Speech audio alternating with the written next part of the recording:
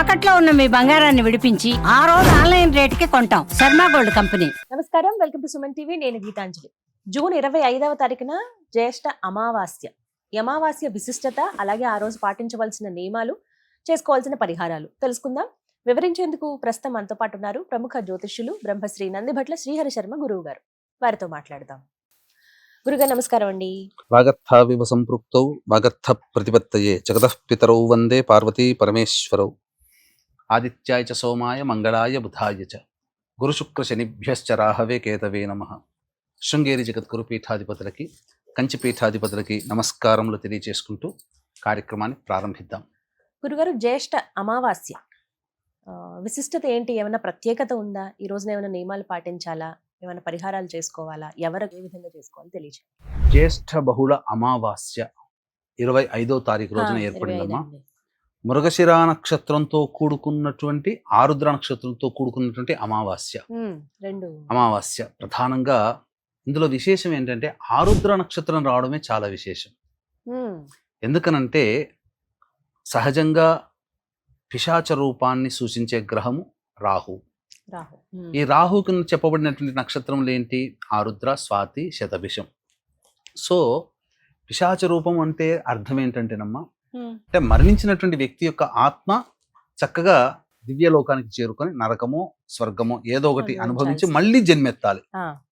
అయితే దుర్మరణం పాలైనటువంటి ఆత్మలు అంటే road accident, fire accident, suicide attempt, నదిలో బావిలో పడి చనిపోవడం, ఇంట్లోంచి వెళ్ళిపోవడం, లివర్ ఫెయిల్యూర్, కిడ్నీ ఫెయిల్యూర్, క్యాన్సర్తో చనిపోవడం, లేదా 60 సంవత్సరాల లోపల ఏ విధంగానైనా చనిపోయినా, ఎలాగైనా చనిపోయినా, అలాగే దీర్ఘకాలిక రోగాలు అంటే లివర్ ప్రాబ్లం, కిడ్నీ క్యాన్సర్ రోగాలతో పాటు చెప్పాలంటే నర్వ్ సిస్టంతో బాధపడుతున్న పెరాలసిస్ అట్లాంటివి, డయాబెటిక్, థైరాయిడ్, బీపీ, ఇవన్నీ దీర్ఘకాలిక రోగాలే కదా. చెప్పాలంటే ఇవన్నీ రోగాలతో బాధపడే వాళ్ళు కూడా ఈ పితృదోషాలలో ఉన్నటువంటి కుటుంబాల్లో ఇవి ఏర్పడతాయి. పితృదోషాలతో ఉన్నటువంటి కుటుంబాల్లో వచ్చేటువంటి ఇబ్బందులు ఏంటంటే తరచూ అనారోగ్య సమస్యలు అవుతుంటుంటాయి. ఆడపిల్లలే ఉంటారు కుటుంబంలో. మళ్ళీ ఇంటర్ కాస్ట్ రిలీజియన్ మ్యారేజ్లు అవుతుంటాయి. కుటుంబ సభ్యుల మధ్య అవగాహన ఉండదు. కుటుంబ వ్యక్తులు మద్యం, మత్తు పదార్థాల వంటికి లోనైపోతుంటారు. జైలు పాలవుతుంటుంటారు. డైవోర్సులు జరుగుతుంటుంటాయి. వ్యాపారంలో నష్టం వస్తూ ఉంటుంది. ఎన్ని పనులు చేసినా దైవం కరుణించట్లేదు, ఆ దేవుడు లేడు అన్న వాళ్ళకే ఈ పితృశాపాలు, ఇటువంటివి చెప్పినటువంటి సమస్యలు ఉన్న వాళ్ళందరూ పితృశాపాలు ఉంటాయి. ఈ పితృదోషాలు, పితృశాప ప్రభావాలు ఉన్నటువంటి కుటుంబాల్లో ఏంటంటే ఏ పని అనుకున్నా అయిపోతుందన్నట్టు అనిపిస్తుంది, ఆ పని కాదు. డబ్బులు బాగా సంపాదించి ఒక అనాలోచిత నిర్ణయం తీసుకుని ఎక్కడో ఒకడ దాన్ని ఇన్వెస్ట్మెంట్ చేయడం, పూర్తిగా నష్టపోవడం. ఫ్లైట్లో తిరిగిన వాళ్ళు సైకిల్ మీద తిరగాల్సిన పరిస్థితి వస్తుంది. ఒక ఉద్యోగము సరిగ్గా ఉండదు. గొప్ప చదువుతారు, పిహెచ్డీలు చేస్తారు. ఇప్పుడు రోడ్డు మీద ఎంతో మంది పీజీలు చేసి, పిహెచ్డీలు చేసి అడుక్కునే వాళ్ళు ఎంతమంది లేరు? మన సుమన్ టీవీలోనే ఎంతమందిని ఇంటర్వ్యూ చేయలేదు? గొప్పగా చదువుకుంటుంటారు. ఏం కర్మరా అనంటే ఆ దోష ప్రభావాలు ఉన్నప్పుడు అవి. ఇంకా చెప్పాలి అంటే పెళ్లిళ్ళు కావమ్మా. ఈ కాలంలో పెళ్లిళ్ళు కాక ఇబ్బంది పడుతున్నారు అని అంటే పితృదోషమే. సమస్య లేదు. 1కి 4-5 పెళ్లిళ్ళు అవుతున్నా సంతానం కలగకపోయినా పితృశాపమే. ఇక తల్లిదండ్రుల మాట పిల్లలు వినట్లేదు, చెడ్డదారిలో పోతున్నారంటే పితృశాపాలు ఉంటేనే. లేకపోతే పూర్వకాలంలో ఇవన్నీ ఉన్నాయా? ఎక్కడో రేరుగా ఉండేది. ఇప్పుడు ప్రతి కుటుంబంలో ఉంది. అంటే ఒక రకంగా చెప్పాలి అంటే 100కి 99% మంది ఈ పితృశాపాలతో బాధపడుతున్నారు. కాబట్టి ఇటువంటి అమావాస్య అద్భుతమైనటువంటి కలయిక. ఆరుద్ర నక్షత్రము, అమావాస్య ఉన్నటువంటి రోజున సాధారణంగా పితృదేవతల్ని ఆరాధన చేయాలి. ముఖ్యంగా అంటే పిండ ప్రదాన కార్యక్రమం మరియు తిలలతో తర్పణాది కార్యక్రమాలు చేయాలి. ఇవేవీ చేయలేనటువంటి వాళ్ళు బ్రాహ్మణుడికి స్వయంపాక దానం చేయాలి. పితృశాప ప్రభావాలు ఉన్న వాళ్ళు పితృదోష పరిహారం చేసుకోవాలమ్మా. చాలా మంది అనగానే చెప్పగానే గూగుల్ తల్లి ఉంది కదా మనకు, సిరి ఏంటి ఇవన్నీ చెప్పనగానే అన్ని చెప్పేస్తుంటది కదా. అలాగే గూగుల్ తల్లి దగ్గరికి వెళ్ళిపోతాం. పితృదోషము ఎక్కడ అనగానే అన్ని లిస్టు పంపిస్తుంటది. టకటక మన వాళ్ళు అద్భుతం, గురువు గారు పితృదోషాల గురించి చెప్పారు, మనం గూగుల్లో చూసుకున్నాం అనగానే అటు ఎక్కడో మహారాష్ట్రనో లేకపోతే తమిళనాడో లేకపోతే కర్ణాటకలోనో ప్లేస్లు వస్తాయి. వాళ్ళకి ఫోన్లు చేస్తారు. అద్భుతమైన విషయం, న్యూయార్క్ కూడా ఇంత సంతోషపడలేదేమో కానీ మన వాళ్ళు గొప్పగా సంతోషపడిపోయి పోతారు అక్కడ. ఇక్కడ మన వాళ్ళని తప్పు పట్టడం కాదమ్మా, కానీ వాళ్ళు చేసేటువంటి వాళ్ళకి తెలియకుండా జరిగే నష్టం ఏంటనంటే అక్కడ ఫోన్ చేయగానే ఫోన్లు ఎత్తే వాళ్ళు పండితులు ఎత్తుతారు, మాట్లాడతారు, అన్ని వివరాలు చెప్తారు, రండి అని అంటారు, పోతారు, మన వాళ్ళు పోతారు, మాట్లాడిన వ్యక్తి చేయించడు.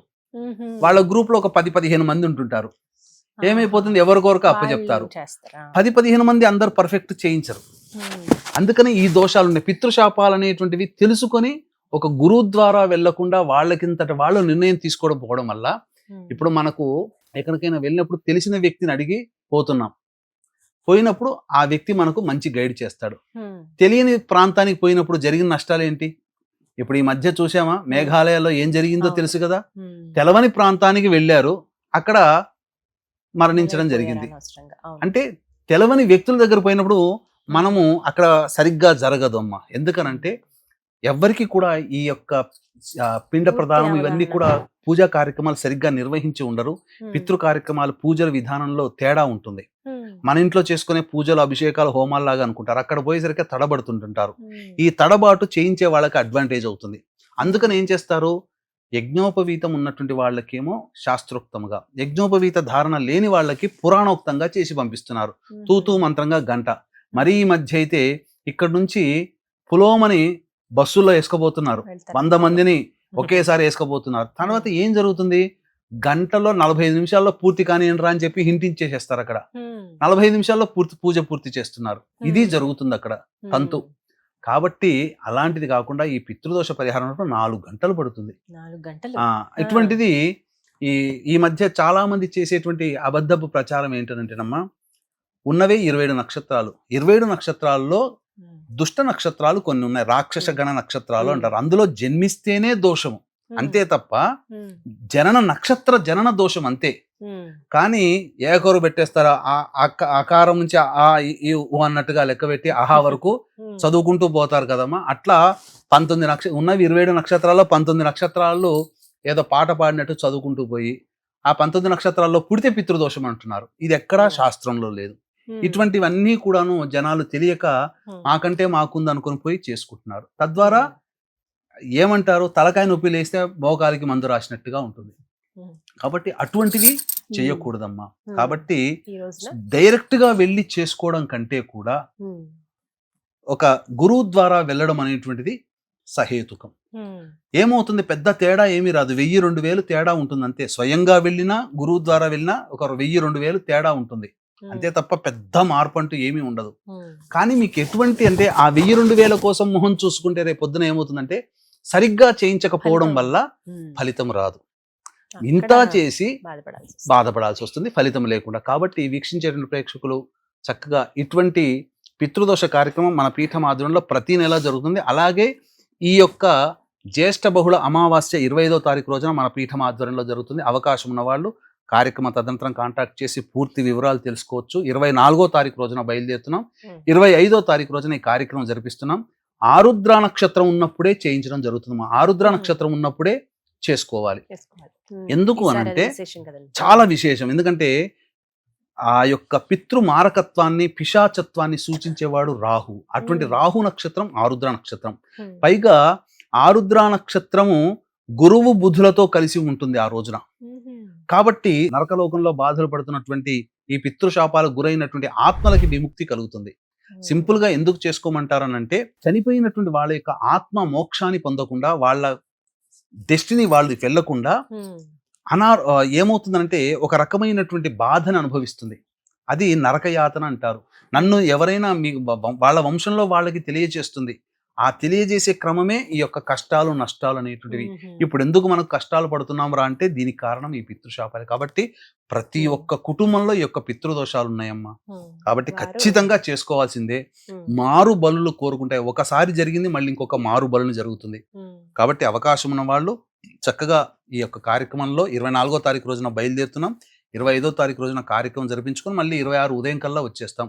కానీ ఎట్టి పరిస్థితుల్లో కూడా ఇప్పుడు చెప్పినటువంటి కొన్ని 19 నక్షత్రాలు చెబుతుంటుంటారు. ఆ నక్షత్రాలు పుడితే పితృశాపము కాదండి.